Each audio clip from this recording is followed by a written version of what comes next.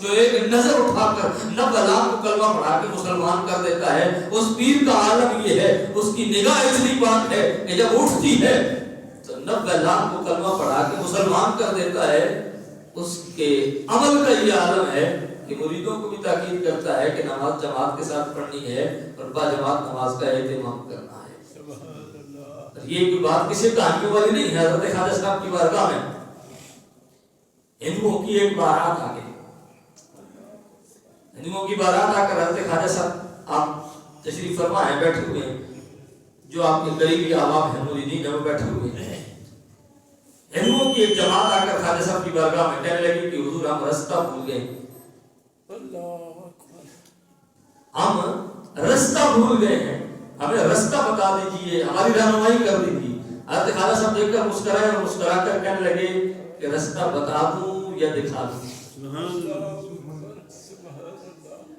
یعنی رستے پہ صرف اس کا پتہ بتا دوں یا رستے پہ چلا دوں، رستے پہ لگا دوں؟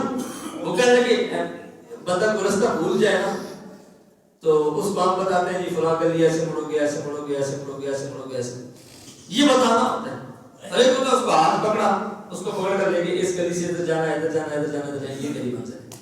حضرت خواجہ صاحب کہنے لگے کہ تمہیں رستہ یہاں سے بتا دیا جائے یا تمہیں منزل مقصود تک پہنچا دیا جائے؟ وہ کہنے لگے ہم بھولے ہوئے ہیں، کافی تاخیر ہو چکی ہے، شادی کے اندر جانا ہے، بارات میں شرکت کرنی ہے، ہم چونکہ پہلے ہی بھولے ہوئے ہیں، اگر آپ رستہ بتاتے ہیں آپ کے بتائے ہوئے پر پھر ہم سیدھا نہیں جاتے۔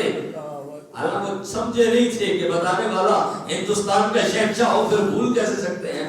کہنے لگے ہو سکتا ہے آپ بتائیں ہم پھر بھی بھول جائیں، اس لیے اگر منزل مقصود تک پہنچا دیں تو پھر کمال کی بات ہے۔ حضرت خواجہ صاحب نے فرمایا آنکھیں بند کرو، جب آنکھیں بند کی فرمایا کھولو، آپ نے نظر کے ساتھ نظر ملائی، جب آنکھوں کے ساتھ آنکھیں ملی تو وہ سارے کے سارے کلمہ شہادت پڑھ کر مسلمان ہو چکے تھے۔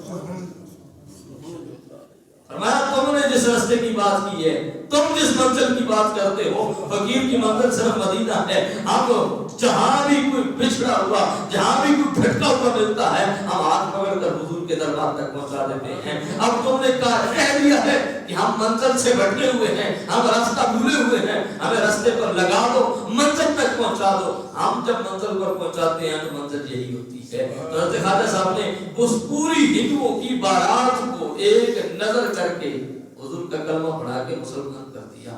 تو یہ بات کہاں سے آتی ہے؟ صرف نظر اٹھائی، کوئی چلا نہیں، کوئی دم نہیں، کوئی یارہ بارہ چکر نہیں، بس آئے آپ کی بارگاہ میں سامنے کھڑے ہوئے، آپ نے نظر اٹھائی اور نظر اٹھا کر ان کی دل کی دنیا بدل کر ان کو مسلمان کر کے حضور کا غلام بنا دیا اور دنیا انسانیت کو بتا دیا یہ جو فقیر ہوتے ہیں یہ چکر نہیں لگواتے رہتے، یہ بس نظر کر کے دل کی دنیا بدل دیتے ہیں، کیونکہ یہ بات حضور کا فیضان ہے اور حضور کا فیضان تقسیم کرنے میں ہم بخل اور کنجوسی نہیں کرتے، کیونکہ تہمہ سے منگائی جاتی ہے، سینوں میں چھپائی جاتی ہے، توحید کی میں ساغر سے نہیں نظروں سے ملائی جاتی ہے۔ تو ہم نظر اٹھا کر دل کی دنیا بدل دیتے